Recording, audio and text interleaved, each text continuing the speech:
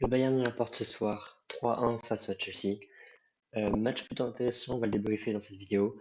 N'hésitez pas à rester jusqu'à la fin, je vais donner les notes euh, des joueurs. J'ai noté les joueurs pour savoir à peu près si je considère qu'ils ont fait un bon match ou pas. N'hésitez pas à liker, à vous abonner, à partager, à commenter, ça m'aide pour le référencement et puis ça m'aide parce que c'est le début de la chaîne, j'ai beaucoup de projets, je veux qu'il y ait plein de vidéos sur la chaîne, donc n'hésitez pas à vous abonner, à liker et ça m'aidera. Merci beaucoup à tous ceux qui le feront. Et on va commencer directement avec les compositions de l'équipe tout simplement. Euh, donc voilà, c'est pas très étonnant ce qu'on a vu sur les compositions d'équipe. Euh, Ce qui aurait pu changer, on a déjà vu Fernandez au milieu offensif, on le voit régulièrement à côté de Caicedo, donc Fernandez Caicedo. La Maresca a plutôt choisi de mettre James, euh, pas latéral droit, mais plutôt dans le milieu, dans l'axe. C'est récurrent aussi, et pas le à droite. On retrouve pas mal ça depuis la fin de la saison dernière. Euh, voilà, pas trop de surprise du côté de Chelsea. La charnière assez habituelle, Gusto Cucurella, João Pedro, Neto, Palmer, Sanchez. Et pareil du côté du Bayern, avec Kim Min-jae sur le banc, depuis que Tait est arrivé. Stanisic de son côté, bon, il n'y a pas Davids, il n'y a pas comme ça, Guerrero qui est aussi blessé. Ça fait pas mal de blessés de son côté. Normalement, il est plutôt axial. Euh, il rentre en fin de match pour jouer axial en général, mais voilà. Liner de son côté droit, pas de surprise. Dans l'axe, au milieu de terrain, on a Pavlovic Kimmich. On aurait pu penser que ce soit Goretzka dans des grands rendez-vous comme ça, mais bon, Pavlovic a été titulaire. Et l'attaque basique depuis le début de la saison, Luis Diaz à droite, Harry Kane au centre, Olise à droite, Luis Diaz à gauche, pardon, Olise à droite, Harry Kane au centre, et Gnabry qui joue actuellement en 10, en numéro 10, depuis le début de la saison. Honnêtement, on va commencer directement par ça. Gnabry en 10, c'est super intéressant. J'ai pas vu tous les matchs du Bayern, mais ceux que j'ai vus, euh, il était intéressant. Il a même marqué ce week-end d'ailleurs. Euh, Contre Leipzig en début de la première rencontre, il était intéressant numéro 10. Euh, un peu un nouveau Gnabry peut-être, qui jouait d'habitude sur le côté gauche et qui avait une concurrence avec Leroy Sané. Bon là il joue numéro 10, bon match de Serge Gnabry, qui décroche beaucoup pour venir chercher le ballon, pour venir chercher les passes. Euh, ouais, pas mal du tout Gnabry. Plutôt dangereux dans la première mi-temps, essayer avec des dribbles, de la percussion, de la rapidité, pas mal de rapidité dans ses gestes. Il se tente des crochets, etc. Donc il tente pas mal de choses, il provoque. Et ça c'était bien du côté du Bayern. Euh, donc peut-être une bonne solution de mettre Niagara en Dix pendant qu'il y a la blessure de Moussiala. Évidemment, Moussiala quand il reviendra, bon, bah, ça sera Moussiala, évidemment il va revenir. Et il sera forcément titulaire. Et ça va faire encore plus de dégâts, je pense. C'est fou de se dire que cette équipe-là, il manque Musiala et le quatuor offensif sera encore plus fort que ça parce qu'elle a déjà été pas mal dans ce match. Doublé de Harry Kane, Olysée sûrement mon homme du match, peut-être. Ça se bat avec Harry Kane évidemment avec ses deux buts et le fait qu'il soit très intéressant en fin de match, deuxième période. Mais Olysée du début à la fin était dangereux. Euh, il a été à, à l'initiative des actions les plus dangereuses, à l'initiative du premier but, c'est lui qui centre sur un corner, sur un coup franc. En fait, de base, ça passe un coup franc qui touche l'arbitre dès la première passe. Et donc l'arbitre, il laisse le ballon au sol. Euh, c'est quoi? Ça doit être Kimmich qui doit lui faire la passe. Kimmich lui fait directement la passe. Olysée face à João Pedro côté droit. Hop, je vais vous montrer un peu de ce côté. La passe arrive comme ça. Kimmich, là, il se retrouve avec Joao Pedro ici. Et lui ici. Il passe comme ça. Olysée, pardon. Il passe comme ça. Il sent très fort devant le but. Et Upamecano, derrière Chalobah, qui lui a une présence physique. Je pense que c'est assez impressionnant. La fois Upamecano dans son dos. Et Chalobah obligé de marquer contre son camp. Enfin, obligé. Il peut mieux faire évidemment, parce que quand tu marques contre ton camp, t'as forcément des meilleures options. Donc voilà. Donc, centre très fort de Lisée pour le premier but. Et à partir de là, entre la 20e et la 30e minute, plein de buts, 3 buts essentiellement. Je vais finir à 3-1. C'est Palmer ensuite qui a marqué. Alors attendez, je reprends rapidement mes notes. Alors avant ça, on va quand même revenir dès le début du match, mais les relances de Sanchez, c'est un peu compliqué. Les possessions, c'est assez étonnant, mais la possession est assez partagée au début. Parfois c'est le temps fort de Chelsea, parfois c'est le temps fort du Bayern. Il n'y a pas de grosse domination, surtout le Bayern quand même. Mais ça arrive quand même que Chelsea ait la balle. Regardez, là même dans les stats, pour la possession, 56% contre 44, c'est pas énorme. La différence est très peu. Voilà, c'est assez équilibré. C'est plutôt dans les tirs que c'est plus déséquilibré, puisque, comme vous pouvez le voir, 2-0-4, 2-0-7 à 0-52, 16 tirs à 9, donc 5 cadrés contre 3 cadrés, pas une énorme différence. Ça reste un match assez équilibré quand même. C'est pas une énorme différence, de 0-7 face à 0-52, c'est la plus grosse différence, mais dans le jeu, Chelsea était dangereux. Chelsea était dangereux, il cherchait beaucoup à passer par les côtés. Notamment avec Palmer qui joue à côté droit, Neto de l'autre côté. Ça jouait beaucoup sur Palmer enfin côté droit d'abord au début du match, derrière Stanisic, ça passait beaucoup par ce côté-là. Ça c'était surtout le début du match. Très bon dans le dos des défenseurs, euh, entre Palmer et Stanisic surtout. Ouais, comme je disais, Gnabry qui essaie d'apporter la profondeur en faisant des appels en profondeur, en venant décrocher même. Il apporte de la vitesse, assez intéressant. Euh, Même physiquement, en fait, il en impose même physiquement. Au moins, il protège son ballon et il commence à dribbler, à partir en dribble et à accélérer. On voit pas Niabri faire ça la saison dernière ou les saisons d'avant. Donc, peut-être un renouveau de Niabri, peut-être. Quoi, il doit avoir 30 ans maintenant et il commence à être vieux, hein, 30 ans, voilà. Il commence à être vieux, le petit Niabri, le vieux Niabri, mais peut-être que c'est la bonne pioche du Bayern de mettre Niabri en attendant la fin de la blessure de Musiala. De mettre Niabri en 10, peut-être que c'est la bonne pioche. Donc voilà, le but à la 20e contre son camp de Chaloba. Et ils ne vont pas trop attendre longtemps, Chelsea. Olysée qui passe pas Olysée, pardon. C'est Olysée qui perd le ballon. C'est Caicedo qui vient la récupérer avec James. Et Caicedo la renvoie directement, passe en profondeur, enfin passe en profondeur. Une petite passe pour Palmer qui va remonter tout le terrain. Personne sur lui. C'est une contre-attaque en fait, c'est quand même une contre-attaque. Personne sur lui. Il y a Stanisic qui essaye de gérer Palmer avec João Pedro de ce côté-là. Là, les défenseurs centraux, je sais pas où ils sont passés, mais ils n'étaient pas du tout sur Palmer qui peut faire tout ça. Il va clairement faire tout ça. Il va arriver près de la surface. Stanisic qui va se dire ok, il faut que j'avance sur Palmer parce qu'il y a João Pedro dans mon dos, mais là il est dans un axe fermé donc je vais aller sur Palmer. Palmer qui joue super bien, il fait la passe à João Pedro. Stanisic qui retourne sur João Pedro. Et João Pedro en une touche qui la repasse à Palmer. Stanisic il est dos à Palmer, il a plus le temps d'intervenir. Palmer qui finit super bien. Hop, en plein dans la lucarne de Neuer. Neuer il peut rien faire. C'est super bien joué de la part de Palmer et aussi de João Pedro qui a joué en une touche. C'est très bien fait. Donc voilà. Superbe conclusion. Ça remet mieux du côté de Chelsea. À ce moment-là, il commence à être beaucoup plus intéressant dans les percussions, dans les passes offensives jusqu'à la fin de la première temps. Donc là, c'est peut-être quoi, la 25e, le but de Palmer. J'ai plus exactement c'est entre la 20e et la 30e, je crois. On va aller vérifier. 21e, voilà, 30e minute.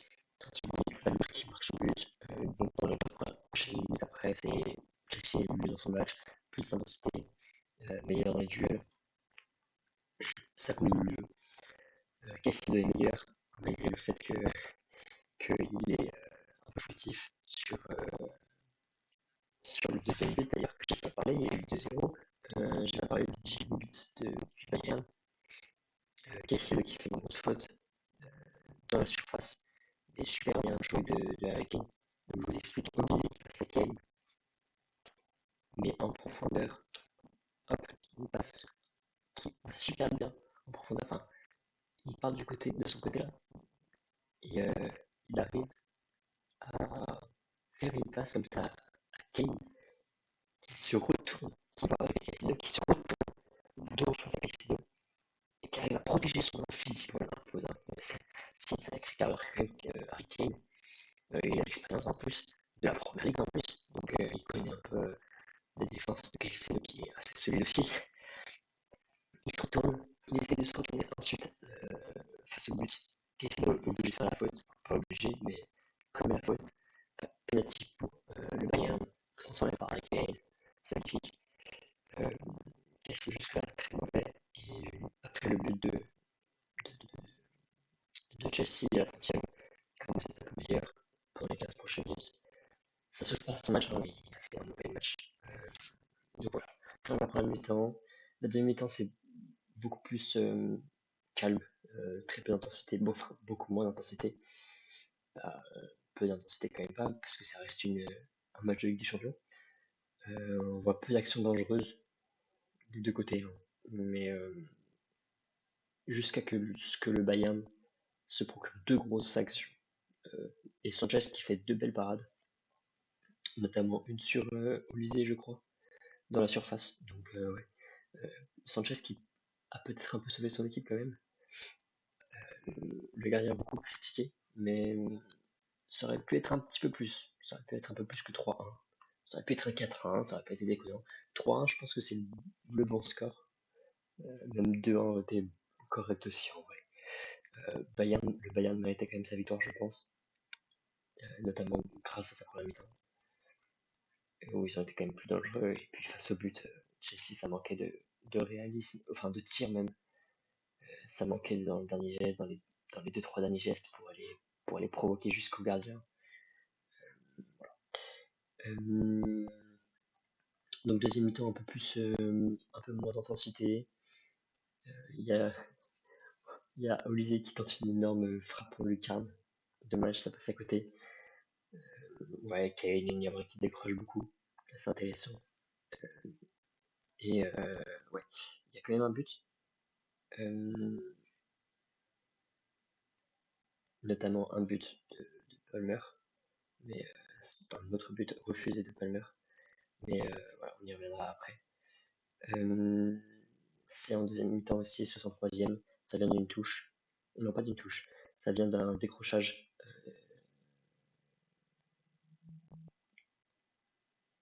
Non, c'est ça. C'est Gusto qui est à la balle, qui fait la passe, enfin, qui rate son contrôle, qui tacle pour envoyer la balle vers James. En fait, la balle à côté de James, elle est pas assez précise parce qu'il est en train de tacler à ce moment-là, il n'avait pas réussi son contrôle, Gusto. On est ici, de ce côté-là. Donc Gusto qui tente de faire la passe à James. Harry Kane qui va la récupérer, qui se retourne, qui fonce vers le but. Il y a Tozin qui est là, et il arrive quand même à conclure. Petit filet opposé, Sanchez en vrai peut rien faire. C'est super bien cadré. Superbe but de Kane qui l'a conclu seul, sans l'aide de personne. Il va la chercher après un bon pressing du Bayern quand même. Mais voilà. Euh, Même Kane physiquement face à Chalobah, ça a été solide là. Je me rappelle à la fin du match. Dans la surface, Chalobah qui met la grosse pression sur Harry Kane près de la surface du Bayern. Harry Kane qui même blesse Chalobah sur le moment, il tombe et il se fait mal. Et il remonte tout le terrain. Heureusement, pour Chelsea, il y a Enzo Fernandez qui remonte et qui bloque le ballon, qui va chercher la faute pour récupérer le ballon. Parce qu'Harry Kane aurait pu foncer droit au but tout seul. Euh, il mérite son trophée d'homme du match pour sa deuxième mi-temps. Mais Olysée aussi, et ça aurait pas été déconnant que ce soit Olysée. Rapidement pour les notes, j'ai mis que Olysée, je lui ai mis un bon 8. Ça peut être, euh, ça peut être plus. Harry Kane, je lui mets 8,5, voilà, c'est l'homme du match. Il a mis son doublé. Ça n'a pas été un énorme Harry Kane non plus. C'est un bon 8. Voilà, c'est un bon 8. Même Olysée, c'est un bon 8. Gnabry, je lui mets 7. Parce qu'il y a eu beaucoup de présence pour faire ressortir le ballon. Et dans le premier mi-temps, plutôt intéressante, mais la deuxième un peu moins. Diaz, premier mi-temps un peu compliqué. Très peu, ballon touché. Mais deuxième mi-temps mieux, plus provocateur, plus d'actions dangereuses. Je lui ai mis 6. Ça peut être 7. Ça peut être 7, ça c'est très bien 7. On va lui mettre 7. Pavlovic a un mauvais match. Malheureusement, je lui ai mis 5 pour la première mi-temps. Ça peut être 5 aussi, malheureusement pour lui. Kimmich, pour le coup, un peu plus dangereux, donc bon 6,5. Jonathan Ta, j'ai trouvé très solide, sauf en première mi-temps, mais très solide en deuxième. Donc ça compense, ça fait 6. Upamecano, top aussi, je trouve, je lui ai mis 7. Stanisic, je lui ai mis 5. Malheureusement, ça a été un peu compliqué offensivement, il n'a pas apporté grand-chose. C'est un défenseur central normalement. Leimer, je lui ai mis 6, mais ça peut être un 7 avec sa deuxième mi-temps. Beaucoup de décrochage, essayer de chercher la profondeur au moment il va chercher une balle en profondeur de Olysée. Donc pas mal Leimer. Même Boe fait une bonne rentrée à la place de Stanisic. Kim aussi fait une bonne rentrée à la place de Tak qui sort à la mi-temps quand même. Ouais, Ta, en vrai, je lui mets 5. C'était un peu compliqué. Ta, je lui ai mis 5. Ouais. D'ailleurs, je l'ai pas trop noté, il n'y a pas eu grand chose à faire en vrai. Il pouvait rien faire sur le but de Palmer. Il fait deux arrêts, mais deux autres arrêts, mais bon. Dans les relances, il a été intéressant parce qu'il montait haut, mais c'est pas assez meilleur quoi. Rapidement pour Chelsea, Sanchez, je lui ai mis 7 parce qu'il a fait des bons arrêts quand même. Euh, il a évité des buts. Euh, ouais, je lui ai mis 7. Tozin et Chaloba. Tozin, il a marqué contre son camp, donc malheureusement, ça peut être un peu compliqué. Je vais lui mettre 4. Pour pas être trop sévère avec lui, ça peut être 3 quand même. Gusto était intéressant offensivement, surtout en première mi-temps. Il était dangereux dans son couloir droit. Mais malheureusement, il est à l'origine du but de Harry Kane en deuxième mi-temps. Je lui mets 6. Albert, je lui mets 7. Parce qu'il était très bon, c'est un magicien ce gars. C'est fou. Rhys James, je lui ai mis 5. Voilà, c'est des notes moins bonnes, mais il touche pas beaucoup de ballons. Caicedo, il fait des erreurs, le penalty notamment. Un peu meilleur après, mais ouais, je lui ai mis 4. J'ai peu l'habitude de voir Caicedo aussi mal. Enzo était plutôt intéressant, je lui ai mis 6. Joe Pedro, je lui ai mis 7. 6, entre 6 et 7, parce que pour première mi-temps, il touchait peu de ballons, on peut trouver, mais après, deuxième mi-temps, il gagnait pas mal de duels, je crois d'ailleurs qu'il en avait gagné pas mal. Hein. Gagné le plus de 10 du match. Voilà. Pedro Neto, dans son côté, il a été intéressant, provocateur, mais il n'a pas réussi à passer. Ça sera un 5. Ça sera un 5 pour Pedro Neto. Et Cuella, ce sera un 6. Un 5,5, 6. Ah bon, allez, un 5,5 parce que, bah, pareil, offensivement, il n'a pas apporté beaucoup. Il n'a pas beaucoup apporté et défensivement, il a été solide face à Olysée, mais voilà, il n'a pas réussi à faire la différence. Il n'a pas apporté un plus. Pour les entrées, je ne vais pas trop les noter. Santos a fait une superbe passe à la fin du match pour Palmer. Ça doit être quoi, à la 90e, un truc comme ça, 85e. Hors jeu, dommage, mais quelle passe de Santos pour Palmer qui marque avec un petit coup de pied, magnifique toucher de balle pour passer meilleur. Mais voilà, c'est dommage. Garnacho, il n'a pas été dangereux et Estavo, il a rentré à 80e, il n'a pas été dangereux. Voilà les amis, j'espère que ça vous a plu. N'hésitez pas à liker, à vous abonner, à partager, à commenter. Ça me donne de la force et j'en ai besoin en ce moment. Euh, et on se dit à très vite pour une nouvelle vidéo.